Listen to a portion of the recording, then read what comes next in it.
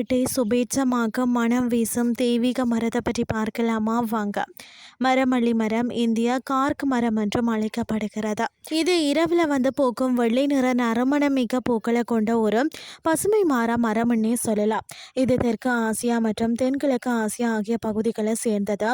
உயரமாக வளரும் இந்த மரங்கள் பரந்து விரிந்த கிளைகளுடன் கரும்பச்சை நிறத்தில் சற்று அகன்ற இலைகளுடன் உருவத்தில் நாதஸ்வரத்தை ஒத்த நீண்ட நறுமணமுடைய வெள்ளை நிறத்தில் எழிலுடனும் மனமுடனும் பார்த்தீங்கன்னு சொன்னால் விலங்க மலர்களுடன் காட்சியளிக்கும். வெள்ளை நிறத்தில் அளவில் சற்றே நீண்ட மலர்கள் தரும் வாசனை மனத்திற்கு புத்துணர்வையும் அமைதியையும் அளிக்கும். பன்னீர் மலர்கள் உள்ள இடத்துல எதிர்மறை எண்ணங்கள் விலகி மனதில் தன்னம்பிக்கை எண்ணங்கள் உருவாகும். பன்னீர் மலர்கள் உடலுக்கு மனதுக்கும் சக்தியை அளிக்கும்னே சொல்லலாம். மலர்கள் பூக்கும் காலங்களில் மரத்தின் அடியில் பூ மெத்தை போல பரவி அந்த இடங்களில் நறுமணத்தை பரப்பும். பன்னீர் மலர்கள் இயற்கையின் அருங்கொடை என்றே சொல்லலாம். இது பார்த்தீங்கன்னா இரவில் மலரும் இயல்புடைய இந்த மலர்கள் பார்த்தீங்கன்னா நாடி பறவைகளும் வண்டுகளும் தேனீகளும் இரவில் இந்த மரத்தை சுற்றி இதன் தேனை உண்ணும். இந்த மரமானது 18 முதல் 25 மீட்டர் உயரம் வரை உயரமாக வளரக்கூடியது. இதன் கிளைகள் 7 முதல் 11 மீட்டர் வரை விரிகிறது. இந்த மரம் பார்த்தீங்கன்னு சொன்னால் 6 முதல் 8 ஆண்டுகளில் முதிர்ச்சி அடையும். 40 ஆண்டுகள் வரை வாழும் தன்மை கொண்டது. இது பல்வேறு மண் வகைகளையும் தட்பவெப்ப நிலைகளையும் வளரக்கூடிய மரம் என்றாலும் ஈரமான தட்பவெப்ப நிலையில இது நன்கு வளரக்கூடியது. மரமல்லி மரம் பார்த்தீங்கன்னா பசுமையானதும் உயரமாக பிரமிடு போன்ற அதாவது தண்டை கொண்டது. இந்த மரம் பார்த்தீங்கன்னா இளம் மஞ்சள் மற்றது வெள்ளை நிறம் கொண்டது. இந்த மரமானது பார்த்தீங்கன்னா வலுவான காற்றில் உடைப்படக்கூடியது.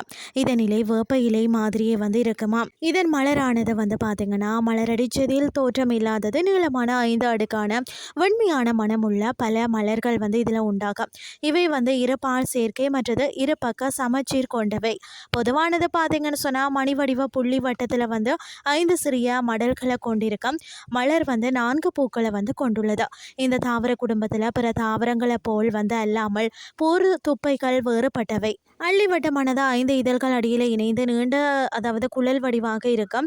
இதன் குழல் நீளமாக இருக்கும். மேலே 5 இதழ்கள் மடல்கள் பார்த்தீங்கன்னு சொன்னால் 2.25 சென்டிமீட்டர் அகன்று விரிந்த மடல்கள் சமம் இல்லாததாக இருக்கும். மனிதர்களின் மனதை அமைதிப்படுத்தும் தன்மை மிக்கதால் அதாவது அரோமா தெரபி எனும் வாசனை மருத்துவத்திலையும் வாசனை திரவிய தயாரிப்பிலையும் பயன்படுத்தப்படுகிறதா.